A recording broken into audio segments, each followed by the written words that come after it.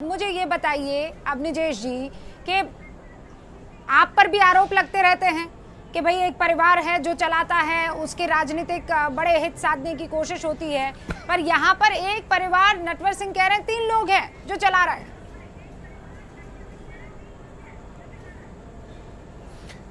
रूबिका जी, एक बात तो यह है कि जो लोग विपक्षी कहते हैं मैं उनकी बात ही नहीं कर रहा हूँ। बात यह है कि ये बार बार प्रितपाल सिंह जी के सामने समस्या है और वो खुल करके जितना बोल सकते हैं एक पार्टी के कार्यकर्ता होने के बावजूद वो बोल रहे हैं। बात बताइए आपकी, कहाँ से कांग्रेसी अमरिंदर सिंह आपके और हाईकमान आपका कह रहा है जलियांवाला बाग स्मारक में कुछ नहीं हुआ, सब बर्बाद कर दिया, और अमरिंदर सिंह कह रहे हैं कि बहुत अच्छा हुआ।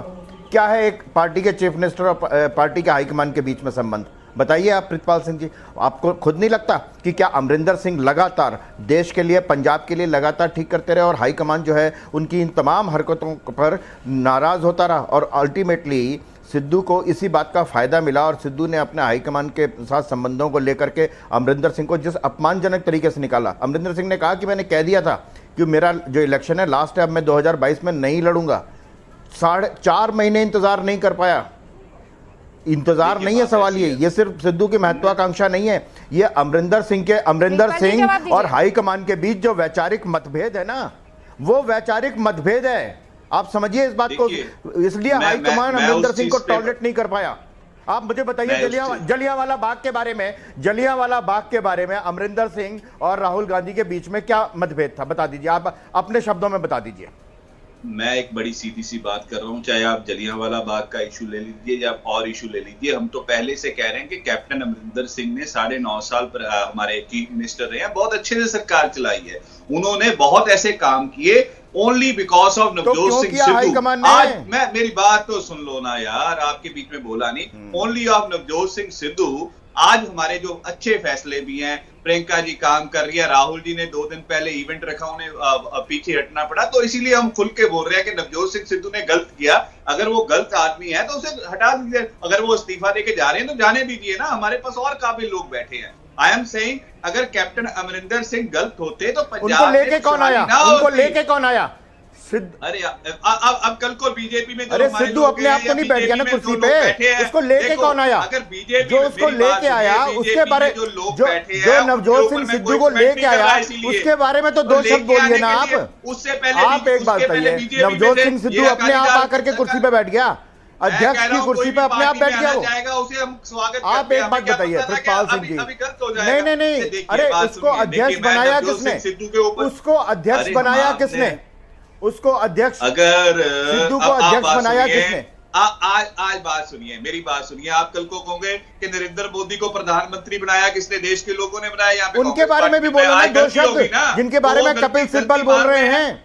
अरे आखिरकार आप भी बोलिए, कपिल सिब्बल बोल रहा है गलती मार रहे हैं। मैं कह रहा हूँ हम अपनी गलती मान रहे हैं, अपनी नवजोत सिंह सिद्धू वाली। मैं कब कह रहा हूँ नहीं मार रहे? जैसे देश नरेंद्र मोदी को गलती मार रहा है। अरे बनाया किसने उसको अध्यक्ष? नुकसान है, बताइए ना। नुकसान हो गया, नुकसान, गलती होगी, क्या जिसने बनाया गलती सुधार रहे हैं, गलती सुधार लेंगे। अब उन्होंने इस्तीफा दिया, अब तो कह रहे हैं ओपनली, जाखड़ साहब कह रहे हैं, मनीष तिवारी कह रहे हैं, बाकी लोग कह रहे हैं कि अगर उन्होंने इस्तीफा दे दिया, पार्टी लाइन पे वो नहीं चल सकते, मीटिंग हो रही है चन्नी सर, उसकी तो सीएम से मीटिंग हो रही है, तो सीएम के साथ हो रही है मीटिंग, हो रही है सीएम से। आप इस सवाल को डक करने की कोशिश कर रहे हैं प्रीतपाल जी।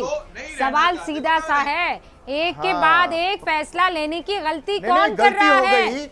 आप तमाम जितने भी कार्यकर्ता हैं, एक छोटे से कार्यकर्ता को सबसे बड़ी से लेकर छोटी सी परेशानी दिखाई दे रही है।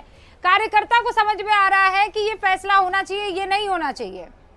कौन है जो उस बात को नहीं समझ पा रहा है? नटवर सिंह की बातों में कितनी सच्चाई है मुझे बताइए प्रीतपाल जी, दिल पर हाथ रखकर बताइए। आप बहुत साफ गोई से बोल रहे हैं। मैं बड़ा क्लियर आदमी हूँ। मैं देखिए रूबिका जी, मैं एक बड़ा क्लियर आदमी हूँ इन चीजों के ऊपर। मैं बड़ी स्पष्टता के साथ कह रहा हूँ कि पंजाब में कुछ गलतियां हुई हैं हाईकमान से। कैप्टन अमरिंदर सिंह को नहीं हटाना चाहिए था, सुनील जाखड़ को नहीं हटाना चाहिए था, क्योंकि 4.5 से ऑलरेडी वर्किंग थे। अगर दिक्कत आई है उसके बाद आई है। मैं फैसला लेने वालों की बात कर रही हूँ। नहीं, आप क्या कर रहे हैं? नहीं प्रीतपाल जी, कांग्रेस के कार्यकर्ता यही कर रहे हैं। कांग्रेस के कार्यकर्ता, आप सुनिए, अब आप सुनिए, मेरी बात सुनिए प्रीतपाल जी। आप लोग क्या कर रहे हैं? आप पेड़ों की शाखाएं काट रहे हैं। पेड़ों की शाखाएं जो है वो परेशानी का सबब नहीं है। आप उस परेशानी की जड़ में ही नहीं जा रहे हैं। आप कह रहे हैं फैसला गलत हो गया। मैं कह रही हूँ फैसला लिया किसने, जवाब दीजिए। आप भी जानते हैं कब तक बचाव होगा। पार्टी बड़ी है, परिवार नहीं। खबर यह है कि किसी भी वक्त कैप्टन अमरिंदर अब पहुंच सकते हैं दोबारा पंजाब। वो दिल्ली में अपना काम और कार्यक्रम खत्म करके अब दोबारा पंजाब की तरफ रुखसत हो चुके हैं। मेरे सारे खास मेहमान यहाँ पर मेरे साथ मौजूद है और मैं चाहती हूँ कि सबके सब एक आखिरी कमेंट जो है, क्योंकि हम सेगमेंट के आखिरी मुकाम पर पहुंच चुके हैं और इसीलिए अर्शदीप सिंह क्लेर साहब, मैं चाहती हूँ 30 सेकंड में आप अपनी बात रखें और उसके बाद रविंद्र सिंह साहब आपके पास। अर्शदीप सिंह।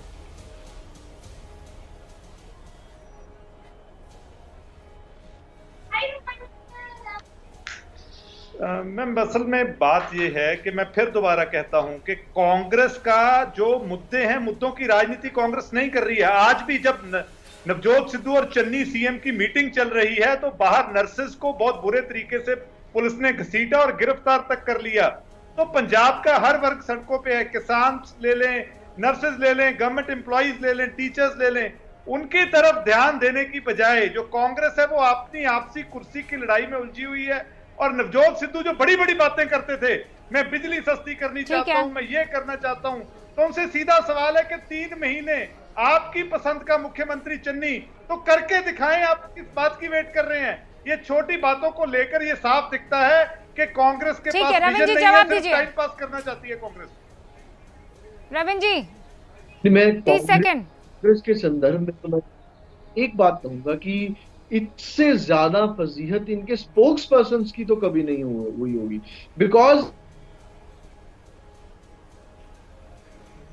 कि ऐसे नहीं है, वैसे नहीं है। लेकिन मैं आपको एक बात बताता हूं कि इनके ही स्पोक्स पर्सन के 2 धड़े बने हुए हैं। एक सिद्धू की वकालत करते हैं और कैप्टन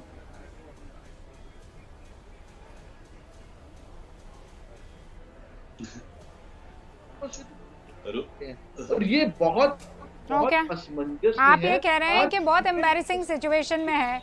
मैं फिर लौट के उसी सवाल पर आ रही हूँ जिस सवाल से मैंने शुरू किया था। इस एम्बैरेसमेंट के लिए जिम्मेदार कौन है? कांग्रेस के इस एम्बैरेसमेंट का जिम्मेदार कौन? कांग्रेस जिस दिन इस सवाल का जवाब खोज लेगी उस दिन अपनी परेशानी का